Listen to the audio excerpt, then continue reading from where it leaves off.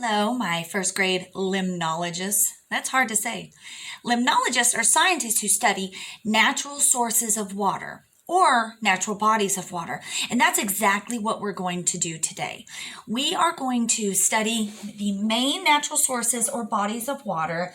And what I want to drive home with you today is whether or not these natural sources of water are fresh or salt water, or if the water that is in these natural sources or bodies of water is considered still, or is it moving water? And you might be surprised. So let's get started. Okay, so the first one we have is a lake. If you notice in this picture, and the lake can be big or small, a lake is surrounded by land, is always surrounded by land. And so it's considered still because it's not flowing into anything. You may think, well, I've seen a lake water move because of the wind. Well, it's not moving outside of its land. So if there was no wind, the water would be still. And we also consider a lake fresh water. Fresh water. Now keep that in mind when we get to right here, fresh water. So here is a pond. I drew the picture smaller because I wanted you to take home that the difference between a lake and a pond is that a pond is smaller. And it's always going to be surrounded by rocks or land. I drew some lily pads. I drew my little frog. I'm not a good artist, but I want to give a shout out to Miss McApring, who 2 weeks ago during her Mo Willems drew an amazing pigeon. That's a gift I do not have. So great job, Miss McApring. Anyway, so a pond is always surrounded by land. It's smaller than a lake. And because the water cannot flow out of its boundary, it's considered still. So both of these are considered freshwater. So freshwater fish and animals live in lakes and ponds. I'm going to put an arrow here. And because the water cannot flow outside of its boundary, which would be the lakes, it's considered still. So imagine if there was no wind, the water would just be still. No waves, it wouldn't flow anywhere.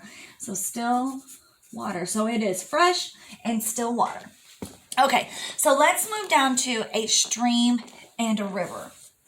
My point in my pictures, and again, I don't have a strength in drawing, so bear with me, is the stream I wanted you to see is thinner, skinnier, shallower. That means here's deep water. Shallow is, it's just barely have any water. It's not very deep.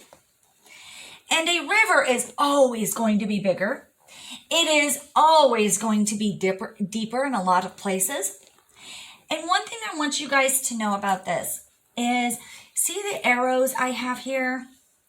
A river or a stream are constantly moving to something.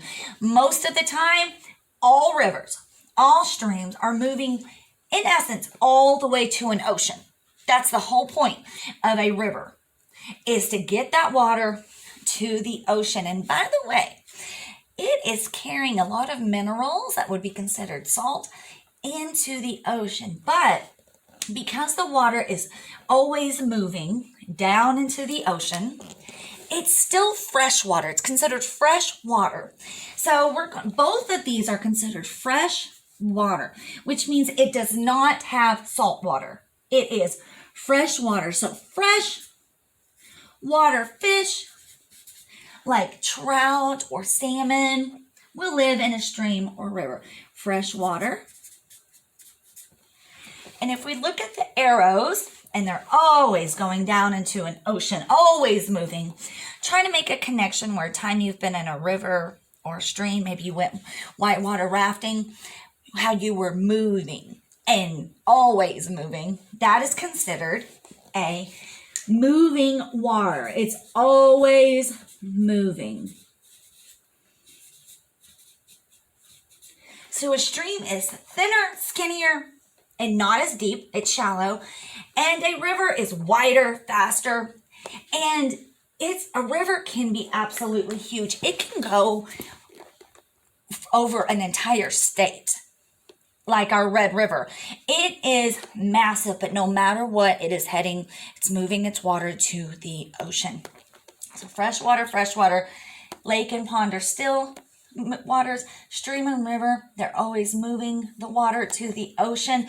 And finally, we have the ocean, the biggest body of water. If your teacher or your parents have a globe, please look at that globe. It is covered in blue. That blue is the ocean. And because all the river and stream are carrying water and picking up these minerals, ocean is the only salt water body of water that we have. So that is a big deal. So I'm going to write it really big. Salt. That's not a cute writing.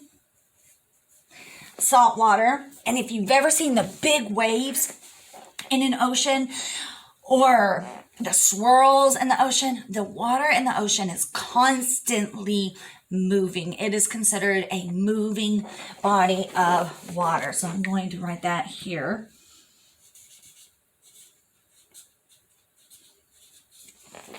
Salt water, only body of water that's salt, and the water is always moving. So for your seesaw assignment, here's what you're going to do. You're going to get a piece of paper. If you're at home, just a piece of paper. If you're at school, your science journals. Grab a piece of paper, and you're going to make a big T like this. Just like that. And on one side, you're going to write still. On the other side, you're going to write moving. And for the bodies of water, so a lake, a pond, a stream, a river, and an ocean, and I'll put this somewhere here in this video for your choices, you will write whether they are still water or if they are considered moving water. So, for example, if I think of a lake, it's surrounded by land. If there was no wind, it would just be still water. It doesn't try to go towards the ocean or anywhere else. It can't go past its boundary of land. So I'm going to say it would be a still body of water. So I will write lake under still.